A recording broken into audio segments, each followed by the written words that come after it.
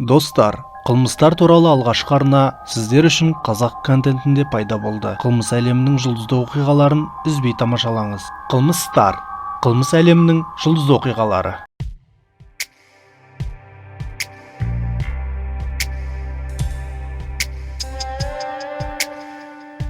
Дионатан Селестрино, бразилиялық некрофильді сериялық өлтіруші, культ жетекшісі және адам ұрлаушы.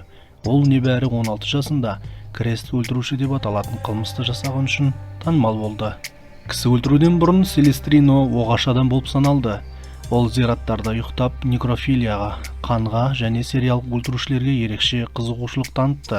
Ол сондай-ақ өмірінің бір кезеңінде шайтанға табынушылардың жеке культінің жетекшісі болды. Орта мектепте оны мұғалімдер мен құрбылары жақсы бағалары бар және жалғыз болуды ұнататын, бірақ қара нәсілді студенттерді төмен деп қорқытқанды ұнататын тыныш оқушы деп сипаттады. Ол Франсиско де Ассис Перейра туралы оқығаннан кейін адам өлтіруге шабыттанды.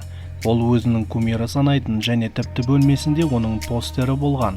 2008 жылдың 24 шілдесіне қараған түні Селестрино Каталино Гардена есімді тас қалаушыны өлтіріп, денесін крест тәрізді етіп қойып, Инри сөзін жазады. Келесі айда Летисия де Оливейра бірнеше достарымен кездесуге бара жатқанда, оған Селестрино жақындап, оны пышақпен қорқытып зиратқа апарады. Сол жерде оны буындырып өлтіреді. Қылмыс оқиғасы полиция қызметкерлері мен халықты таңғалдырды.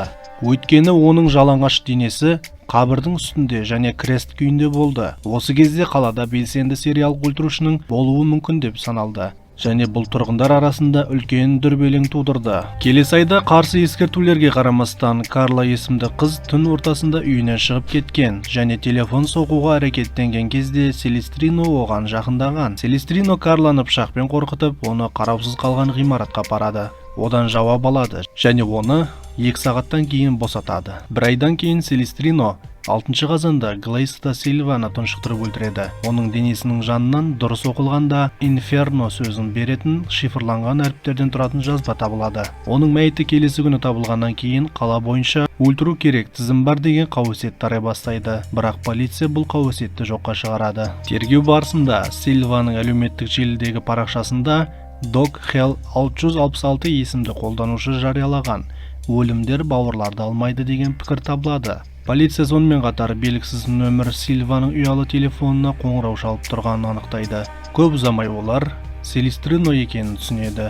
Ол көп ұзамай ұсталып, қамауға алынады. Ол кісі өлтіргенін мойындайды. Оның культінің мүшелері де тұтқындалады. Өйткені олар Селестриноның ұсталғанын білген. Селестриноның айтуынша, ол адамдарды құдайды табуды қалағандықтан өлтірді. Бірақ шайтанға табынғанына қарамастан, өзін атеист деп мәлімдейді. Арада жылдар өткен соң 2013 жылдың 3 наурызында Селестрино түрмеден қашып шығып, Парагвайға кетеді, бірақ қайтадан қамауға алынады. 2015 жылдың 20 қыркүйегінде Селестрино басқа тұтқындарға тамақ лақтыра бастайды және сыпырғыштың сынған таяқшасымен күзетшіге шабуыл жасап, қолын жарақаттайды. Келесі жылы Селестрино тағы бір психикалық ауруға ұшырап, өзінің қаншалықты атақты екенін айтып, түрмеге, судьяға және адвокатқа жауаптымын деп мақтана отырып, сақшыларға шанышқымен шабуыл жасауға әрекеттенеді. 6 қазанда өлтірілген өзінің 3-ші құрбаны Глейс Келли да Сильваны қоспағанда, әр айдың 24 күні қолайлы құрбанды тапқанша, Селестрино түн ортасында көшелерді аралап жүрді. Жәбірленушіні тауып алған соң қалта пышағымен қорқытып, ешкім жоқ жерге апаратын. Орналасқан жерінде ол жәбірленушіден сұхбат алып, жеткілікті ақпарат жинағаннан кейін оның өмір сүруге немесе өлуге лайық екенін шешеді. Егер жәбірленуші таза емес деп есептелсе, оны өлтіреді. Оларды өлтіргеннен кейін ол белгісіз себептермен киімдерін шешіп тастайтын. Оның некрофилдік тенденциялары мен ойларына байланысты болуы мүмкін. Содан кейін ол құрбандарының денелерін крестке ұқсайтын күйде қояды. Сондықтан оның лақап аты крест өлтіруші болды. Ол Сильваның киімдері, Оливейраның білезігі, кісі өлтірулер туралы газет қиындылары және құрбандарының аты жөні мен олардың тағдыры жазылған қағаз сияқты көптеген олжаларды сақтады. Ол өлтіргендерді өлі деп атады.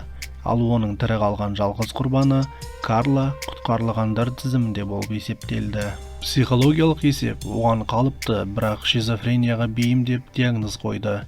Екінші, егжей-тегжейлі есеп оның социопатияның ауыр дертіне шалдыққанын және егер ол түрмеден босатылса, қайтадан өлтіруі мүмкін екенін көрсетті. Селестринодан сұхбат алған психолог полицияға құрбандарын діни себептермен емес, олардың қасіреттерін көру үшін өлтіргенін айтты.